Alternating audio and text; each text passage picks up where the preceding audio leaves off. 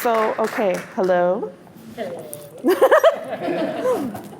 Okay, so about 2 years ago, 2020, we all remember, it was the beginning of 2020, and I was like, okay, I was on cloud nine, okay? I had got my first big client for freelance. I did some freelance work for guests. It was terrible. I'm super embarrassed about it, but I didn't care. I was like, I worked for guests. I did a big mural with Paua, which was a dream of mine. And I was like, oh my God, 2020 is it. I got asked to speak with Creative Mornings, and I was like, oh my God, I'm arriving. It's my time. And then 2020 was 2020. And everything just sort of fell apart, but that's okay. So when it came time for them to reopen Creative Mornings, they asked me to be the speaker. I was like, fuck yes, now it's my time. I finally get my turn. And I was like, what's my word gonna be? There's they've used passion and fire and creativity. And I was like, fuck, what's my word? And Noah's like, ethos. I was like, okay. So whatever, we're a few days away from Halloween, so what we're really gonna talk about is corpses. Just kidding. Exquisite corpses. So I don't know if you guys know what an exquisite corpse is, but this is a parlor trick that was invented back in the early 1900s by the Surrealists, and it's basically this collaborative art project that you do with a few of your friends, right? So you get a piece of paper, you fold it into little sections, right? And the first person takes the first panel and draws whatever they want. Usually a head, that's why it's called a corpse, but you can do whatever you want, it's our world, right?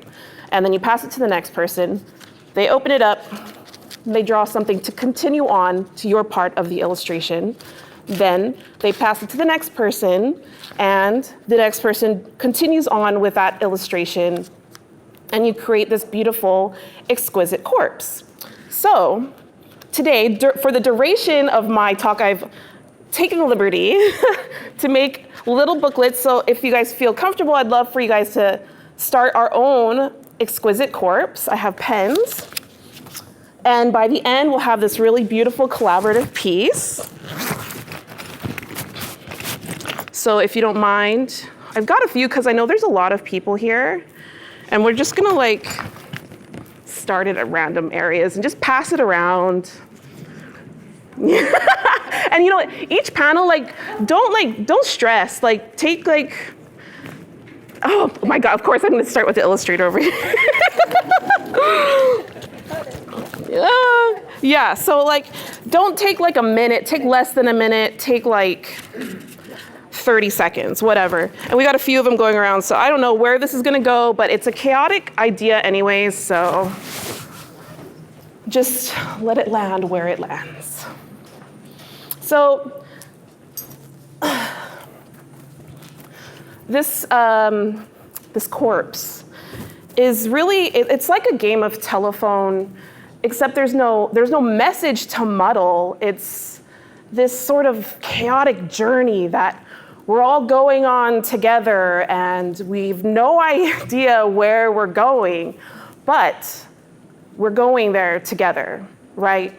We're building it together. And because we're building it together, wherever we end up and whatever we build will be exactly what we meant it to be, right?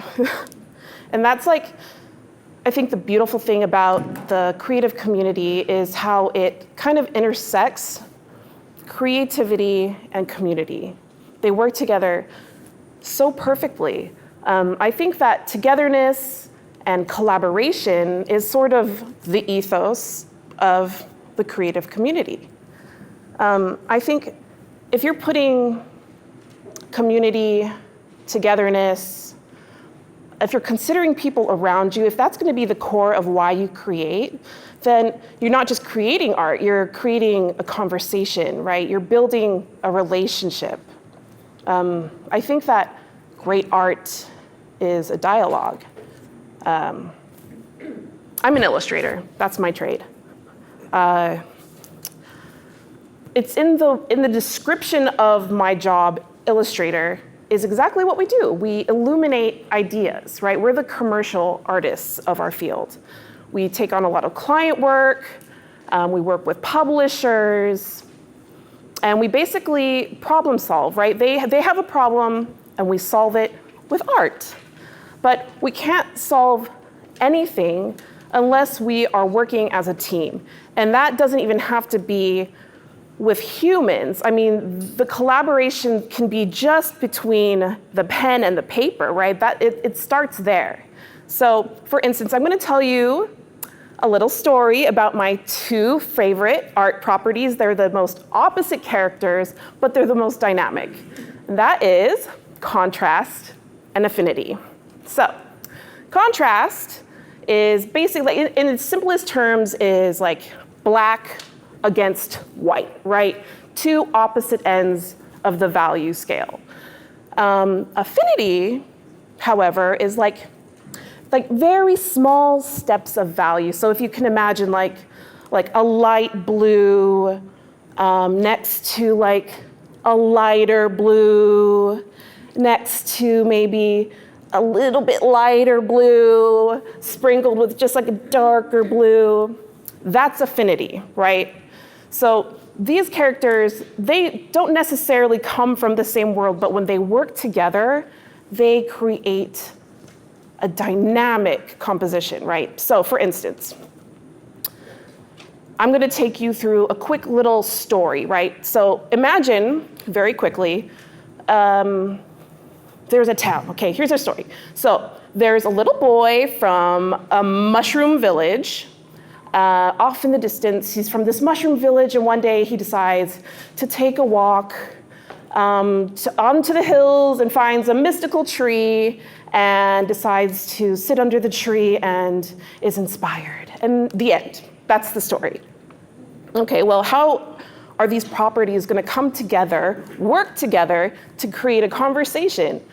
Well, okay, so affinity is going to be in the background, right? This is the boy's past, and it is very grayed out. We see like just light little stems of the mushroom town, and just a little bit darker tufts from the tops of the mushrooms. That's going to be the top, and we've got maybe even just some light, slightly gray clouds, and all of this is sort of misty and pushed in the background a life ago for this little boy. And off to the right, we have got a dark oak tree, rich in color, deep grooves and beautiful brown highlights.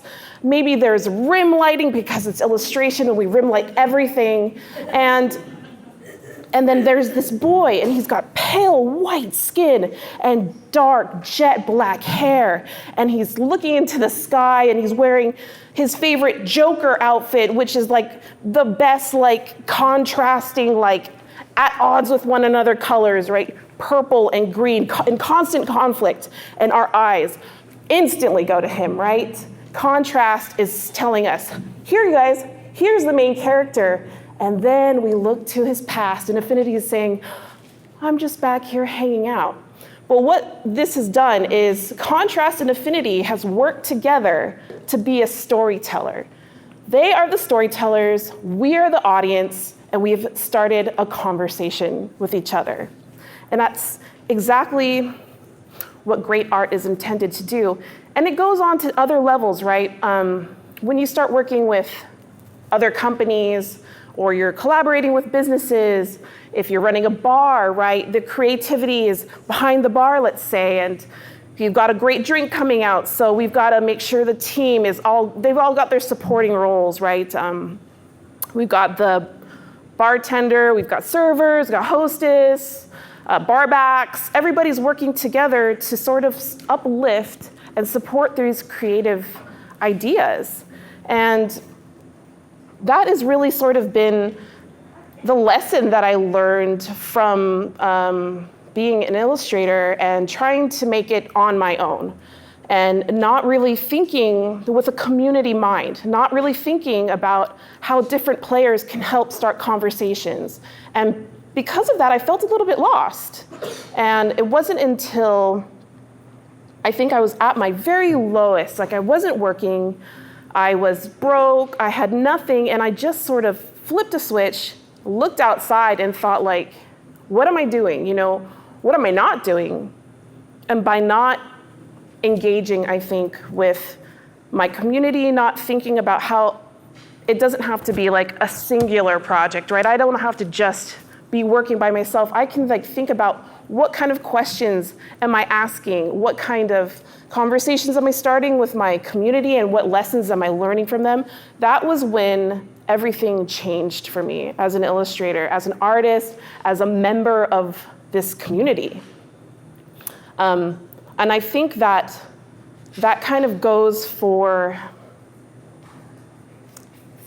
our lives, our entire careers, really, is just this one beautiful sort of collaborative project, this exquisite cadaver or corpse, if you will. And I think that if we are all staying on this path together, it may be chaotic, but as long as we are working together and collaborating together, we are going to arrive exactly where we are meant to. And thank you guys so much for having me. And how are we doing on the exquisite cadavers? Did we make any room with those? Oh, okay, guys, thank you guys so much for having me. And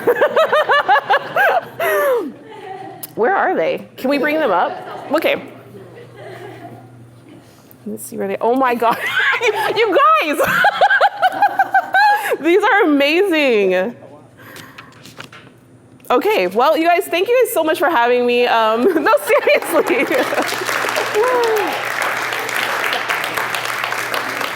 Thanks, Shar. This is a gift from our sponsor, Oh, Ethos. thanks. And then we'll open up for a short Q&A. So if anyone, and from, Aw. and anyone have any questions? So your illustrations are amazing. Well, thank you. Can you tell us a little bit about the tools that you use to realize something like that? Oh, so a lot of my work is like sort of, oh, hi. I think I'm pretty loud though, right?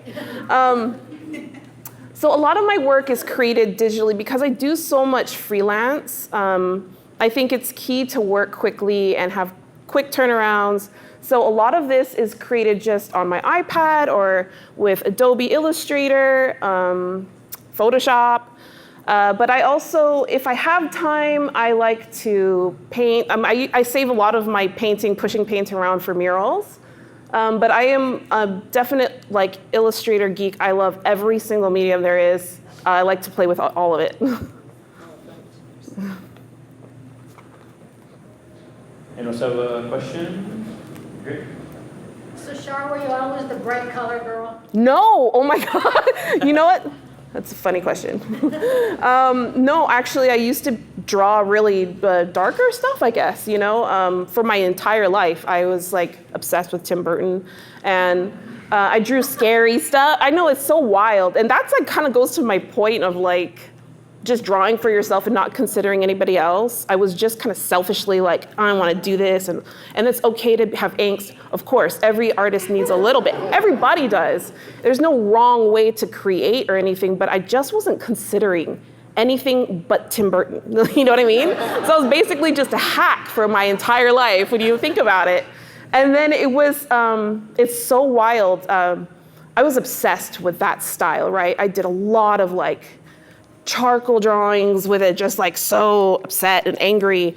And I was in a really angry place in my life. I was in a really dark place in my life, and my art really reflected that. And it wasn't until I think I hit rock bottom, and that's a whole nother story, that I needed to start looking outside, looking at the world that I had been around my entire life, and just sort of, not rejected, maybe took for granted a little bit, but I just started drawing things that were deep within me, reconnecting with my culture, really loving and giving my love letters to Hawaii through my art. And I think also exploring different styles, finding flat shapes. I love to render. I was like a rendering queen. And I thought that was like what made you the best. But then I saw these flat shapes and it was working, and these compositions were so dynamic, and I like fell in love for the first time, I think, in a long, long time. I hadn't been like this excited about like my art journey in years, and I would start thinking of these like bright palette colors and ideas and uplifting messages and questions and heartbreak and happiness. And I couldn't stop thinking about it. I would dream about it. I would dream about these compositions, and I still am to this day. And I think that might not be why I get so much work, but it's why I have the stamina, I guess, to keep doing it, because I'm exhausted, but I'm like obsessed with drawing what I like to draw. It's been super fun. So good question. Anyone else? Question? There we go. So if you're known for this specific style, do you ever feel pigeonholed to stay within that style to continue to get work, or for people to recognize you versus Good question. what you want? Good question. Yes, of course, because I didn't ever, when I was starting to draw, particularly the female form, which is my favorite, I love the figure, and I was drawing that mostly for myself. That was like a Shar needs to see Shar kind of a thing. You know, I need to see it. I want my sisters to see themselves. I want my friends to see themselves. That was like a personal thing. But it's what I got popular for. And in my mind, I was thinking like, no, I'm gonna be this like legit illustrator, and I'm just gonna do like whatever the client asks me to do.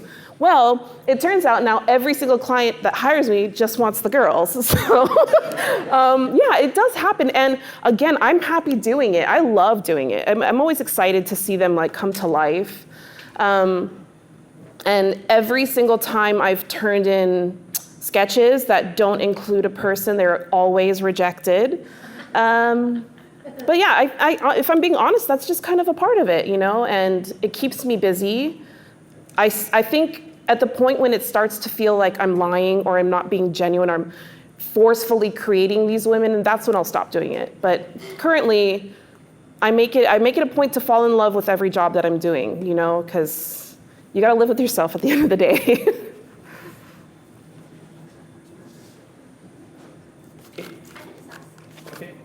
What is the creative question you're grappling with right now? It could be something you're trying to create, or a project, or after 2020, things are. Listen, I am constantly a battle with myself for not balancing my life. Correct. That's every working person can probably relate to that, especially living in Hawaii because it is so expensive and I refuse to leave. Like, where am I gonna go? Yep. I think I struggle so much because, I mean, listen, I had a good childhood. My parents didn't come from much. I never had much. I had more than some, less than some, but I certainly remember, you know, I was on welfare for a long time. I've slept in cars before, blah, blah, blah, blah, blah. And I am constantly running, like sprinting away from that life. And that looks like overworking myself. Even if I have, you know, enough money for the bills, like it doesn't matter because every single job I take, I feel like it's gonna be my last. And I don't know if that's like a generational trauma thing, or I don't know what it is, but I'm constantly living in fear of being penniless and not working. So getting out of survival mode is sort of the new goal. That's gonna be like, that's the new black, right? Having some work-life balance and healthy boundaries. Yeah, so that's what I'm working on. It has nothing to do with drawing, it has everything to do with mental health and taking care of yourself and believing in yourself enough to know that the jobs will still continue to come as long as you're creating honestly, I believe. Yeah. Thank you. All right, thanks again. Let's hear it one more time for Shar. This came out, the host such a fun idea. I want to get some pictures of that. I'm sorry I didn't talk longer for these. I thought I was gonna faint, so I had to wrap it up.